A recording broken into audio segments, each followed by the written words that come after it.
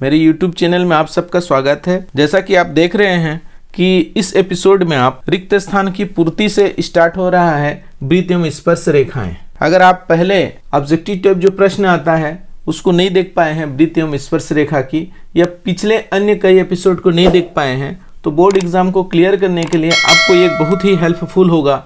आप जल्दी से सब्सक्राइब कर लीजिए और बेल आइकन को दबा दीजिए, जिससे आप लोगों को हमेशा नया अपडेट मिलता रहेगा। और साथ ही आप लोगों को ये बता दूं, अगर आप मेरा पिछला वीडियो नहीं देख पाए हैं तो डिस्क्रिप्शन में जा कर के आप इसका लिंक प्राप्त कर सकते हैं, या तो फिर ऊपर में जो आई बटन होता है उस पर जा कर के भी आप मेरे पिछले वीडियो पर पहुंच सकते हैं। तो चलिए हम चलते हैं अब वृत्त एवं स्पर्श रेखा की रिक्त स्थान की पूर्ति करने वाले प्रश्नों पर। जैसे कि आप देख रहे हैं स्क्रीन में, वृत्त के परिमाप को सामान्यतः कहा जाता है। जैसे कि आप लोगों को पता है कि इस तरह से हमारा जो वृत्त बनता है, इसके बाहरी बाउंड्री को हम लोग क्या बोलते हैं, परिमाप है। किसी भी आकृति के अगर हम परिमाप को समझा देता हूँ, यहाँ से लेकर के ऐसे जाते हैं पूरा पुनः उस बिंदु तक जाते हैं, टोटल लंबाई को हम लोग बोल देते हैं परिमाप। परि माने होता है बाहर होता है और उसका माप। तो वृत्त के मामले में इसके लिए एक खास शब्द का उपयोग किया जाता है जिसको कि हम लोग परिधि बोलते हैं। सिर्फ ये वृत्त के लिए किया गया है, इसलिए यहाँ पे प्रश्न के रूप में डाल दिया है। वृत्त के परिमाप को सामान्यतः परिधि कहा जाता है। वृत्त के खाली स्थान से होकर जाने वाली जीवा को व्यास कहते हैं। पहले तो वृत्त का व्यास बना दीजिए। ये हो गया वृत्त का व्यास। आप लोगों को खासियत पता होना चाहिए, कहाँ से होकर के जाता है, केंद्र से होकर के जाता है, और ये हमारे लिए व्यास है।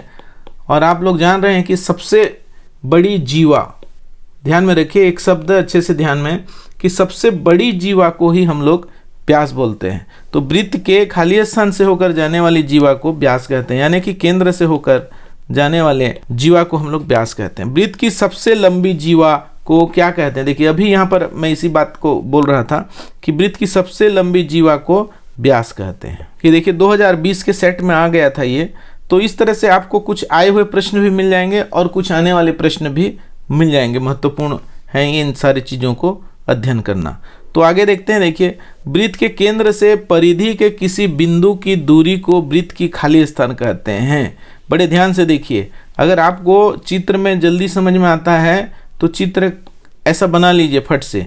केंद्र से परिधि के किसी बिंदु पर, ये केंद्र है और ये परिधि है, ठीक है। ये बाहरी वाला परिधि होता है, अभी बताया था, और ये केंद्र सी है। दूरी को वृत्त की क्या बोलते हैं? यहाँ से यहाँ तक की दूरी को क्या बोलते हैं?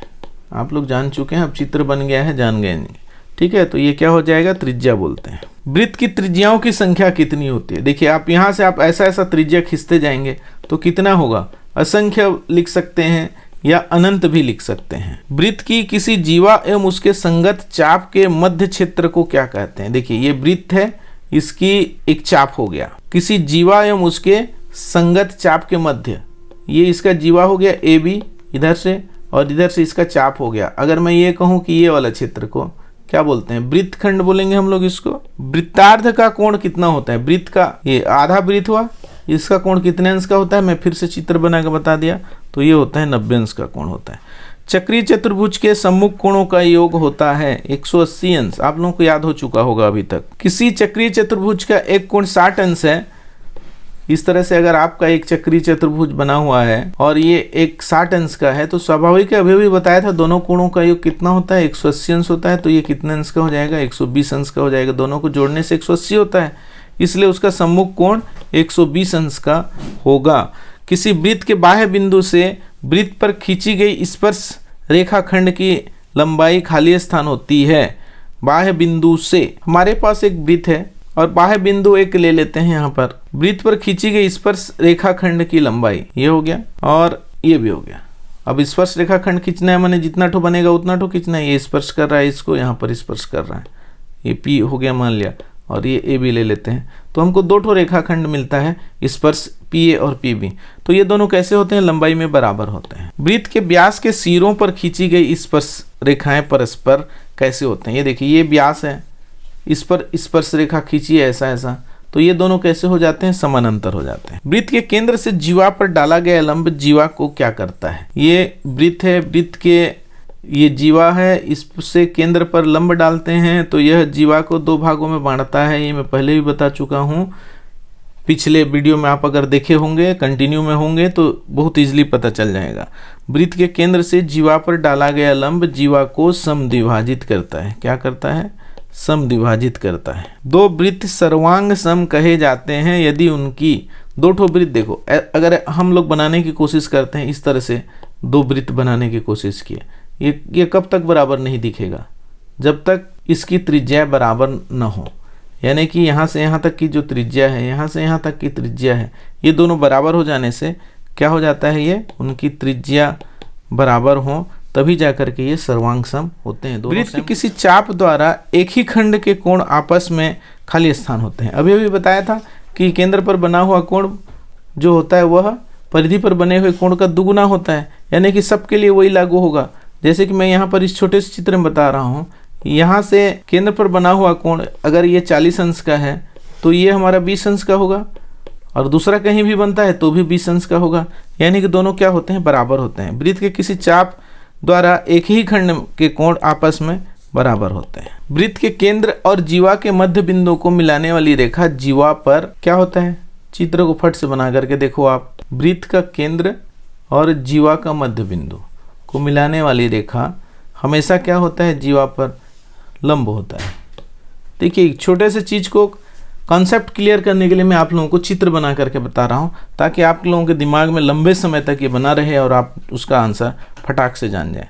एक वृत्त के दो चाप बराबर हैं तो उसके द्वारा केंद्र पर बनाया गया कोण भी बराबर होगा। जैसे कि ये दो चाप लिए यहाँ से यहाँ तक, ये केंद्र पर कोण बनाया, दूसरा चाप ले लिए यहाँ से यहाँ तक, ये भी केंद्र पर जो बनाएगा कोण, ये दोनों बराबर होगा। आ गया होगा समझ में।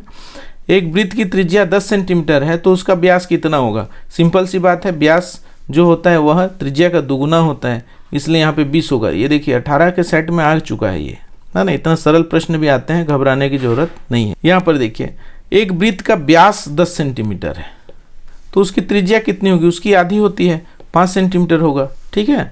किसी वृत्त का व्यास इसकी त्रिज्या का खाली स्थान होता है। सिंपल सी बात है, दुगुना होता है। ऐसे ही प्रश्न करते आ रहे हैं हम लोग। वृत्त की परिधि के किसी बिंदु पर व्यास द्वारा अंतरित कोण होता है। सिंपल सी बात है, आप लोग देखें अर्धवृत्त का कोण को ही बोलना चाहता है। वृत्त के परिधि के किसी बिंदु पर व्यास द्वारा, ये पूरा व्यास है, इस पर अंतरित कोण ये 90 अंश का होता है। देखिए 90 अंश होता है या समकोण होता है, ऐसा आप लिख सकते हैं। उस जीवा को जो वृत्त के केंद्र से होकर के जाती है। देखिए यही ऐसे प्रश्न बार बार आते हैं क्योंकि इनमें बहुत ज़्यादा प्रश्न और अतिरिक्त नहीं बनता, और ये आ चुका है सेट में। उस जीवा को जो वृत्त के केंद्र से होकर के जाता है उसको क्या बोलते हैं हम लोग? व्यास बोलते हैं। इसके पश्चात आते हैं, चलिए हम लोग सत्य असत्य प्रश्नों पर। अब इतना पढ़ने के बाद आप लोगों को सत्य असत्य के प्रश्न और जल्दी जल्दी बनते जाएंगे, बड़े आराम से देखते रहिए। यदि दो वृत्तों की त्रिज्याएं समान हो तो वे वृत्त सर्वांग सम होंगे, ये तो सत्य हो गया। किसी बाह्य बिंदु से वृत्त पर खींची गई दोनों स्पर्श रेखाएं असमान होती हैं बोलते हैं। हम लोग अभी अभी बताए थे कि दोनों स्पर्श रेखाएं जो हैं कैसे होते हैं, समान होते हैं। पीए और पीबी, ऐसा आप लोगों के दिमाग में फट से बनना चाहिए, दोनों समान। यहाँ असमान होता है बोलता है, तो ये असत्य हो गया, ये असत्य, झूठ बोल रहा है ये कथन। वृत्त की सबसे बड़ी जीवा त्रिज्या कहलाती है, ये गलत है। हम लोग वृत्त की सबसे जीवा को क्या बोलते हैं? व्यास बोलते हैं, इसलिए ये भी असत्य हो गया। अर्धवृत्त में अंतरित कोण समकोण होता है, बिल्कुल सत्य है। किसी बाहरी बिंदु से वृत्त पर खींची गई स्पर्श रेखाएं तुल्य नहीं होती हैं बोलता है, ये गलत बोल दिया। यहाँ पर अभी हम लोग किए थे, ये भी असत्य हो गया। तुल्य होता है भाई, दोनों समान होते हैं। दीर्घ वृत्त में अंतरित कोण न्यून कोण होता है, दीर्घ खंड में अंतरित कोण न्यून कोण होता है। तो आप लोग इसको मैं प्रैक्टिकली बना के बताता हूँ। देखो ये इसका दीर्घ खंड में अंतरित कोण, माने उसी कोण में, ये वाला देखिए न्यून कोण दिखा, ये वाला देखो न्यून कोण दिखा, तो ये क्या होता है? दीर्घ वृत्त में अंतरित कोण न्यून कोण होता है, बिल्कुल सत्य है। ये चित्र इसलिए बनाते हैं कि आपके दिमाग में बिल्कुल छप जाए और आप लोगों से मिस्टेक ना हो। यदि वृत्त के चाप सर्वांग सम हो तो उसकी संगत जीवाएं बराबर होती हैं। वृत्त की चाप को देखिए, सर्वांग सम हो यानी कि यहाँ से यहाँ तक का जो चाप है और ये इसकी जीवा हो गई। अगर सेम टू सेम यहाँ पर एक चाप लेंगे, उसकी जीवा लेंगे, तो दोनों बराबर होती हैं, ये सत्य है। वृत्त के किसी बिंदु पर खींची गई स्पर्श रेखा स्पर्श बिंदु से खींची गई त्रिज्या पर समानांतर होती है, ऐसा होता है? नहीं होता है ना, ये क्या हो गया? असत्य हो गया। चक्रीय समांतर चतुर्भुज वर्ग होता है, ये जरूरी नहीं है, ठीक है। समांतर चतुर्भुज जो है वह वर्ग होगा ऐसा जरूरी नहीं है। मैं एक फिगर बना करके आप लोगों को बता देता हूं ताकि आप लोगों के दिमाग में कुछ बाकी ना रहे समझने के लिए। चक्रीय समांतर चतुर्भुज, समांतर चतुर्भुज किसको बोलते हैं आप लोगों को पता है? ये भी हमारा समांतर चतुर्भुज है, तो ये एक वर्ग होता है बोल रहा है, ठीक है। तो वर्ग नहीं होता है, आयत भी हो सकता है, इसलिए ये असत्य हो गया। वृत्त की समान जीवाएं केंद्र पर समान कोण अंतरित करते हैं, बिल्कुल सत्य है। वृत्त की एक ही अवधा में बने कोण आपस में बराबर होते हैं, स्वाभाविक है, यहाँ पर बना करके बता रहे थे, ये भी सत्य है। एक ही अवधा माने एक ही साइड में, जैसे कि यह है, इधर जितने कोण बनेंगे सब बराबर होंगे, ऐसा वाला। फिर से याद दिला दिया आप लोगों को, ये कोण सब एक ही अवधा में बने हुए कोण आपस में बराबर होते हैं, तो ये सत्य होगा। उसके बाद जीवा वृत्त को 2 बिंदुओं पर प्रतिच्छेद करती है, सत्य है। ऐसी एक जीवा बनाना चाहेंगे तो स्वाभाविक है, ए और बी 2 बिंदुओं पर ये प्रतिच्छेद करती है, ये भी सत्य है। वृत्त की छेदक रेखा वृत्त को 3 बिंदुओं पर प्रतिच्छेद करती है, गलत हो गया, क्योंकि वृत्त पर जो भी छेदक रेखाएं लेंगे वह 2 ही बिंदुओं पर प्रतिच्छेद करता है। किसी एक बाह्य बिंदु से वृत्त पर 4 स्पर्श रेखाएं खींची जा सकती हैं, बहुत ही गलत है, क्योंकि हमने 2 लिखा है इसको, ये भी असत्य होगा। यदि चतुर्भुज के चारों कोण समान हो तो प्रत्येक कोण 90 अंश का होगा, सत्य है, क्योंकि चतुर्भुज में चारों कोणों का योग 360 अंश होता है और समान होने की कंडीशन में 90 अंश के ही होंगे। यदि चतुर्भुज के चारों कोण समान हो प्रत्येक कोण 60 अंश का होगा। देखिए सेम प्रश्न है, परंतु यहाँ पे 60 बोलता है, तो इसलिए क्या हो जाएगा, ये असत्य हो जाएगा, ठीक है। तो इस तरह से आप लोग बहुत अच्छे से देखते रहे। आप सब लोगों को बहुत बहुत धन्यवाद।